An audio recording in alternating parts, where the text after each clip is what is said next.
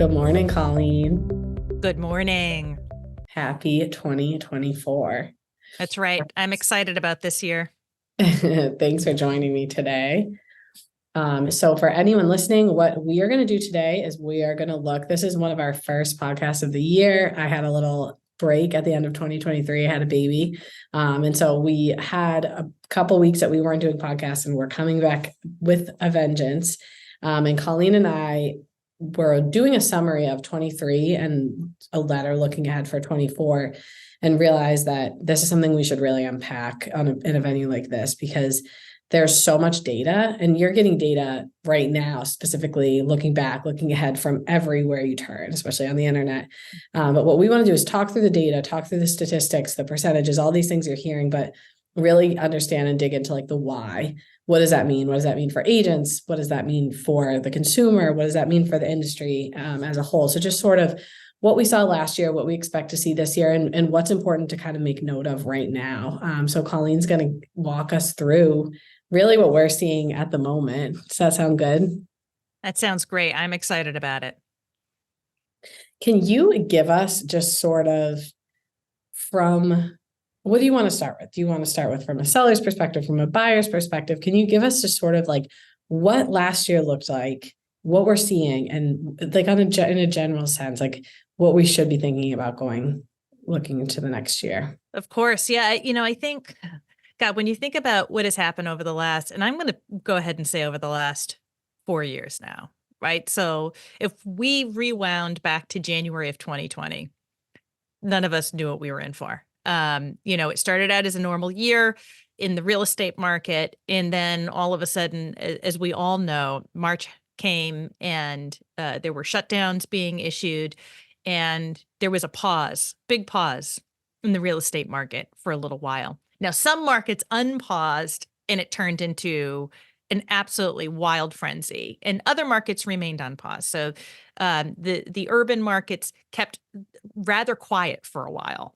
And but what we saw a lot of people doing, and I remember we talked about this a lot within the company at the time, was that there were a lot of people who had accelerated any plans that they had for the next several years. So they might have in their minds thought, at some point we should buy a house in, beautiful Cape Cod, or at some point let's move out of the city with the kids into a suburb that's got a great school system, or we can have a yard and all of these things.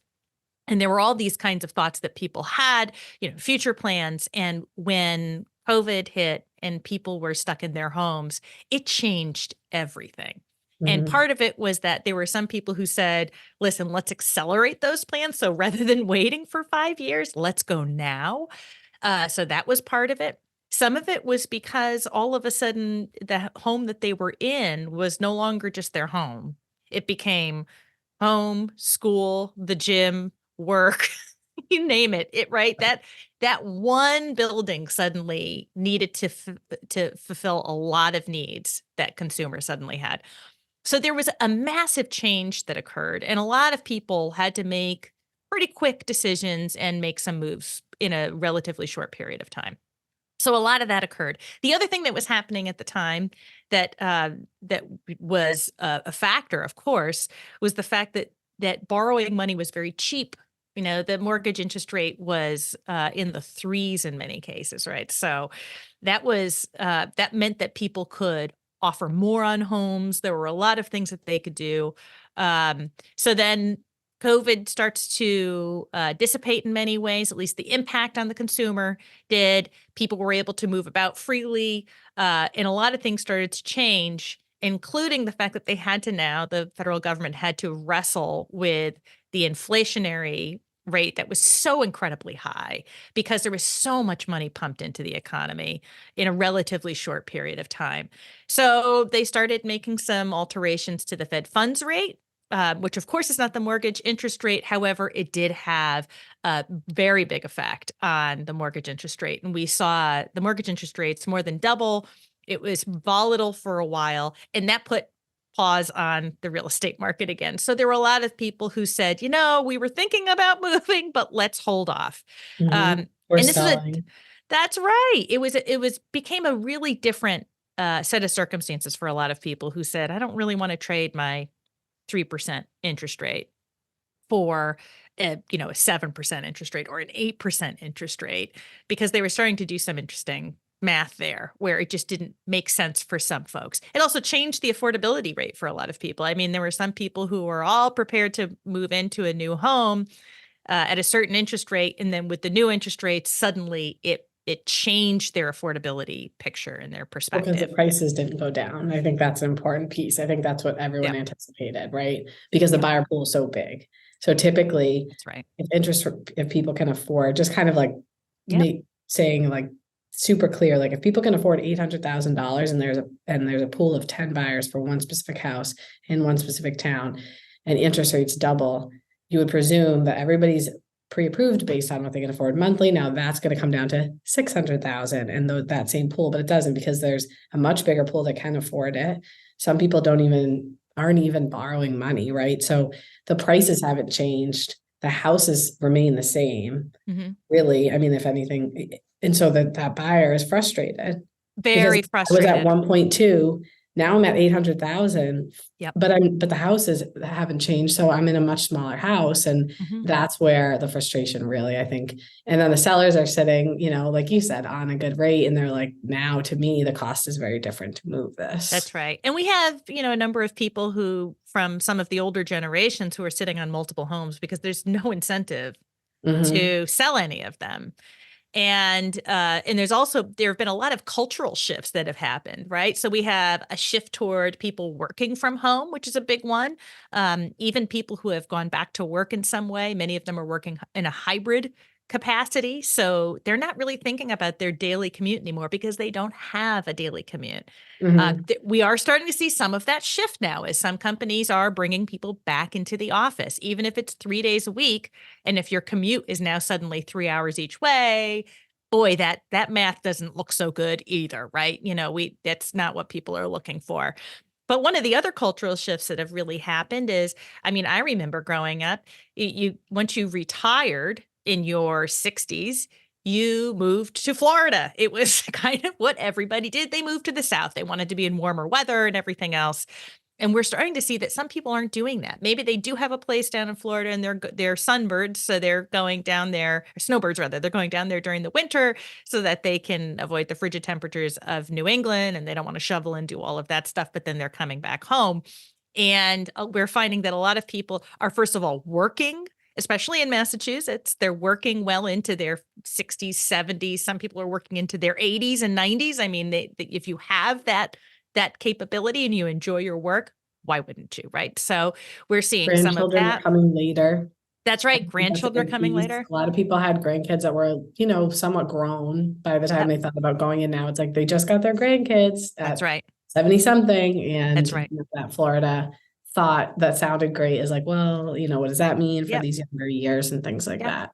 I think about someone like my mom, who lives in Connecticut, and she took an early retirement. She's been working a little bit, but she wants to be around her grandkids. She has no interest in going to a warmer climate. She'd love to be outdoors more, but that would mean not being able to spend as much time with her family. So a lot of people have been making that kind of trade-off as well. So that kind of brings you to what started 2023, that we had people sitting on multiple homes. Not as many people were kind of migrating the way they once had. A lot of people were working remotely still, at least in some capacity. The real cost of buying a home, if you're borrowing money, all of a sudden went up significantly. And yet there wasn't enough inventory to really temper those prices. So it was a challenging year for a lot of people who were either in real estate or they were trying to purchase real estate. It became a big challenge. Now, if you were a seller, you did very well, because still not enough inventory, right? So, the things in a free market economy that really determine pricing are supply and demand. And because we don't have a lot of supply, and that has been a long-standing problem. It's been going on for decades that we've underbuilt. Because of that, and the fact that we still have continued demand, the prices are stubbornly going to remain where they are. So what that meant in terms of actual data, We saw, if you're looking just at MLS PIN, now there are a number of MLSs in the state of Massachusetts, and I think it's important to bring that up because there are some that are for smaller markets. For instance, there's a Cape Cod MLS for Cape Cod and Islands. There's a totally separate MLS just for Nantucket. And so there are these kind of funky little things in terms of data. But the largest pool of data, at least in the markets where we're covering, would come from MLS PIN. And there was a 37% reduction in listings in MLS PIN last year. Now that's coming off of a high, of course, right? So we saw the numbers kind of spiking during different time periods, but they have been progressively going down. We're anticipating that's going to reverse its course this year. That is not going to be the case again, that we'll see some increase in inventory. A lot of our agents, again, we're looking at this, you and I, whenever we're talking about data, we're always kind of talking about the fact that there are lagging indicators, like the data that we're talking about now. And then there are leading indicators, which is anything that you're seeing that gives you a sense of what the upcoming trend is going to be. And I think of the lagging indicator as being like, right now we're looking through the rear view mirror, right? So we're all just talking about what's happened behind us. And then yet we're seeing lots of evidence that things are changing going into the future. So 37%, again, reduction in listings, 33% reduction in the number of solds. So in other words, a higher percentage of the ones that came on sold than did in years prior. We saw a similar reduction in days on market, which is what you tend to see, right? So if there's not a lot of inventory and yet demand is still pretty high, then it takes less time to sell each individual home. And then a 48% increase in pricing, which is really interesting. That's over the last 5 years. It's important to look at that. This is over the last 5 years. So from 2018 rather, to the end of 2023, what we really saw was this kind of dramatic decrease in inventory and a dramatic increase in pricing. Yeah. And that's the challenge that people have been facing. Yeah, for sure. And obviously looking ahead with that in mind, one big factor this year, so we look at the last 5 years, there's been a lot of consistency. The one inconsistent thing this year is going to be that the election is going to be in the fall. That's so right. Can we talk a little bit about what impact that will have? Because I think that that's so important for people to be keeping in mind, because it really truly will have an impact. I think it's going to have an impact on the inventory, the flow of the inventory this year and things like that. It's so interesting. We work with such a smart group of agents that over the years, as we have faced different things like elections, they have said, the common concept is that the election year slows everything down. Nobody wants to sell during an election year. They said, let's take a look at the data. So every 4 years, we've been looking at what the data looks like, to take, just kind of map it out. What has the real estate market done? And then what happens in those years where there's a major presidential election? And the reality is it doesn't really affect the number of home sales in the United States.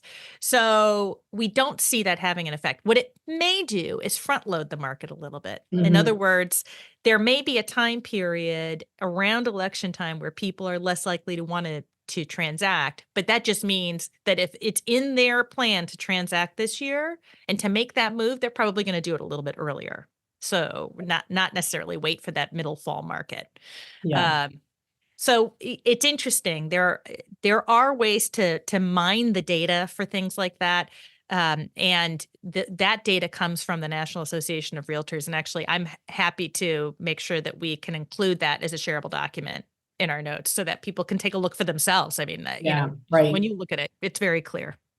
So with that in mind, as you're saying, like sort of breaking that all down for your client, if you're an agent, which is really what this podcast is geared toward, and you were entering this year, looking back at the last 5 years, looking back at the last year, what are you doing proactively to educate your clients, to get in touch? What is it? What's the action plan here?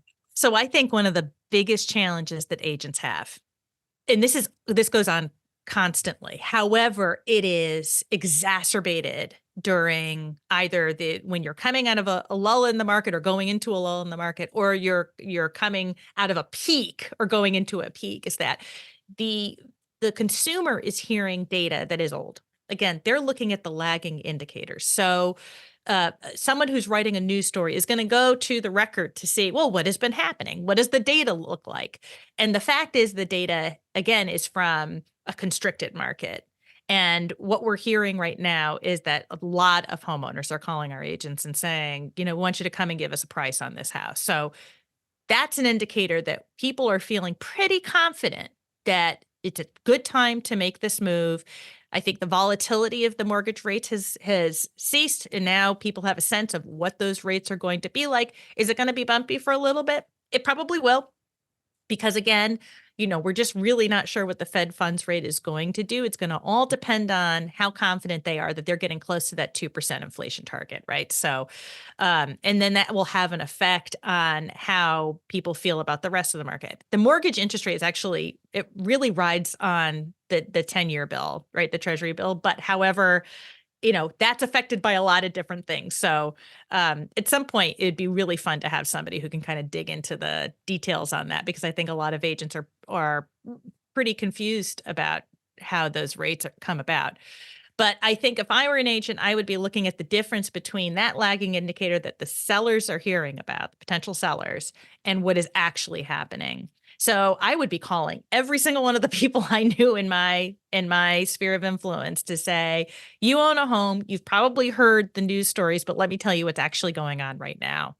Because if you go to these open houses in certain markets, you are seeing it's the beginning of a frenzy again, which is really interesting. Now, I don't think it's going to turn into what we saw during the pandemic.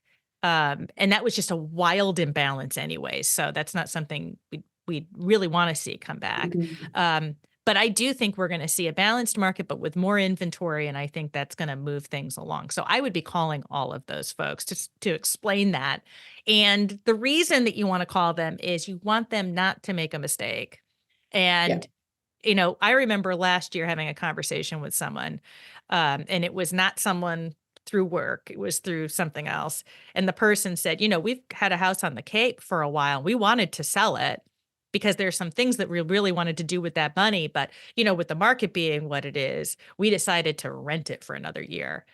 And it was everything I could do not to just scream, because the reality was our agents were seeing that if you put a house on the market, it was going to move and they were going to do very well. So these people literally put their plans on hold because of a news story that they heard and the way that they interpreted that. Yeah. And I mean, that's something we always talk about, right? Like kind of like the micro markets, and it's important that the data is just that. It's data. It's the past. So you're getting people who aren't in the industry every single day. Right. They're looking at the past and they're drawing conclusions. And it is really scary when you're actually out at the open houses and you're shoulder to shoulder with 40 parties. Right. And it's like, oh, the real estate market's dead. You're not going to do well if you Right. sell right now.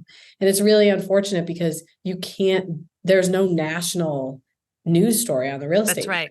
But the reality is we are a big coffee drinking culture, right? And the only thing that could probably reduce the amount of coffee we drink is if suddenly there were no coffee beans to be shipped to the United States. And that's kind of the circumstance that we had, right? It was a lack of availability. It wasn't that there wasn't a desire for the home. So I think it's hugely important for people to understand where that data came from and what it means for them in their own personal picture. I mean, the other thing that we did see last year that I think is relevant too, it's important to keep in mind, is we saw smart money moving. So these are people who have a lot of money. They're sometimes paying cash, sometimes they're taking out a loan, but they have the cash ready. They can make that move. And we saw a lot of them making moves last year, very high priced homes selling. And some of those were in the city too, the city market, that part of the city market was doing really, really well. So I think that's one of the things to keep in mind as well, is those are people who are tending to get advice from experts who are saying, buy now. So I think that's another really interesting thing to see happening. For sure. For sure. What else do you think that we can leave people with, just looking ahead and how we should be handling this year ahead?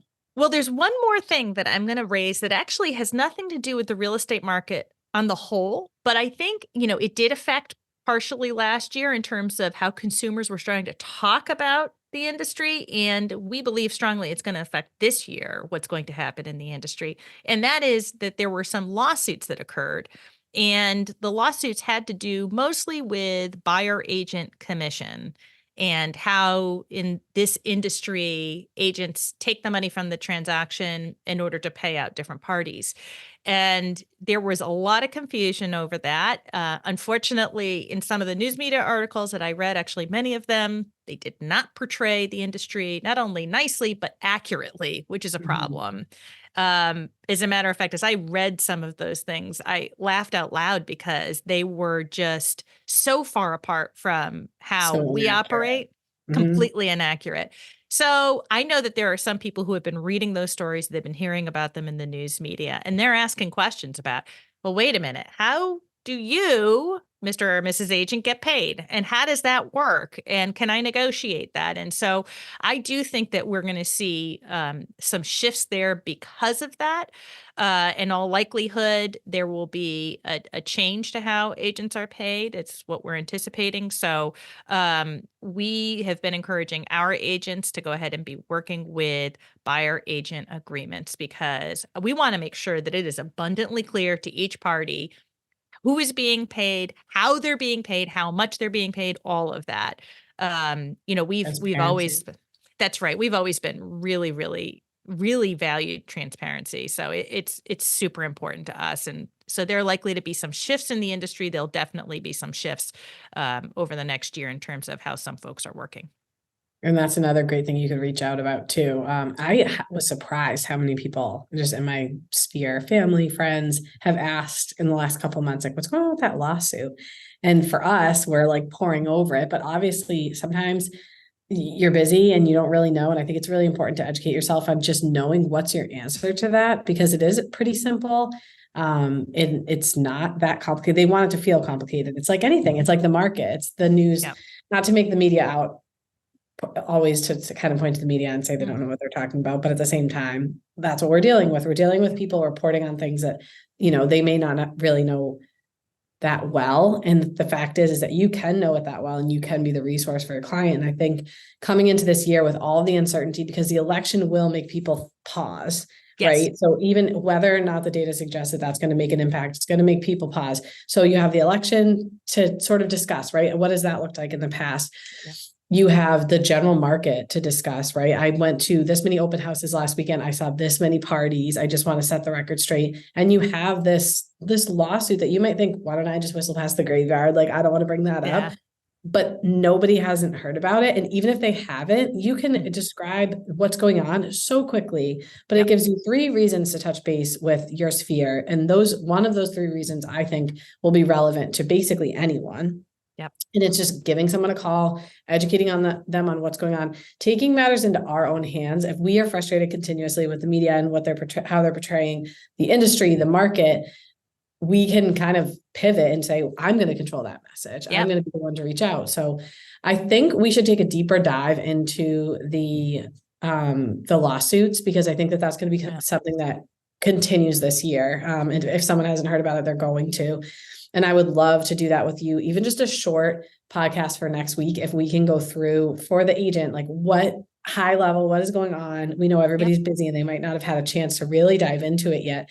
Can we give them that quick overview and exactly what we're seeing? I think that would be awesome if you'll come back and do that with me. I'd love to. And I'll tell you, I've been in this industry now for more than 20 years. I've seen a lot of changes. And this one just feels like an echo of other changes in the past, which have really been driven by a consumer's desire for transparency. And all of that has led to positives in our industry. So I really think that this is yet another one of those things. If you embrace it, it is such a positive. But that's not the last thing I want to leave you on, because some people would be like, you're going to leave on a lawsuit? I think, the last thing that we could talk about that was a really big change this year for us was that we continue to expand, despite the fact that the market really kind of shrank on us. It contracted a bit, which, by the way, is normal. It's something important to keep in mind when I take a look at the data. up and down is the normal part of our industry. The reality is that this is a cyclical business in many ways. Not only is there a when does your spring market or your fall market or your summer market start, all of those kinds of things, but also there's tends to be a 10-year cycle in the Mhm. real estate business. So this is normal. I think it's important to keep that in mind. It just got delayed because of a number of wild circumstances that we all lived through. But in Right. terms of expansion, we welcomed new folks into our organization. And really what we were doing is following where our clients were going, because Yep. that's what we've always done. So we take a look at these circumstances and say, geez, we're seeing a lot of people, for instance, who are moving to the south coast of Massachusetts, which is this hidden gem. It's before you get to the Cape. There's no bridge. So some people have long loved it because of that. There's access to deep water in that area. So we opened up in Dartmouth and Padenaram Village, which some people can never pronounce if they look look at how it's spelled.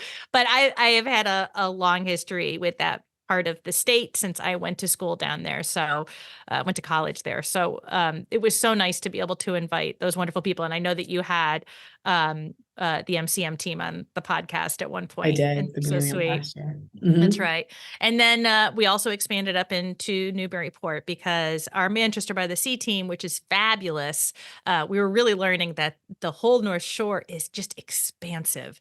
And Mhm. in order to be able to help our clients in additional markets, we decided to kind of expand a bit into Newburyport. The other thing that we expanded was we had now, because we were touching these spots that were so close to other states, we had some consumers who were saying, listen, we're thinking about buying in this area, but we might end up in New Hampshire or we might end up in Rhode Island. Right. And to try to make that easier, that process easier on our agents and their clients, we actually also got our license in New Hampshire and in Rhode Island to be able to help them with that. So it was really an exciting time for us in many ways. And I think that we're going to see a continued expansion for our company. We just did another one in Provincetown, which is such a beautiful community. I'm sorry, if you don't know Mhm. Provincetown, Massachusetts, you got to set some time aside to go there. And during the summer months, you could take the fast ferry from Boston if you want to do that. But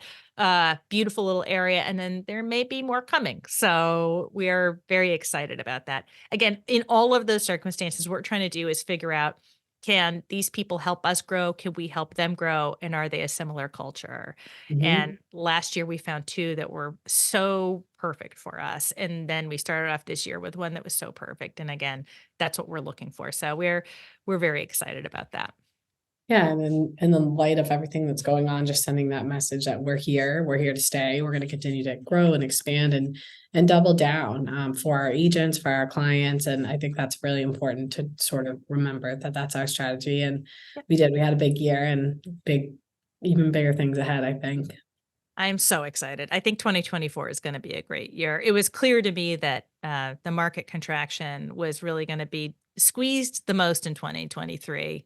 And so we're likely to see, again, this is going to be a climb in terms of inventory. And it's not going to happen all at once. But if I were thinking about selling my house, I'd be talking to my agent now about putting it on. So I think Yes, we've got great things coming.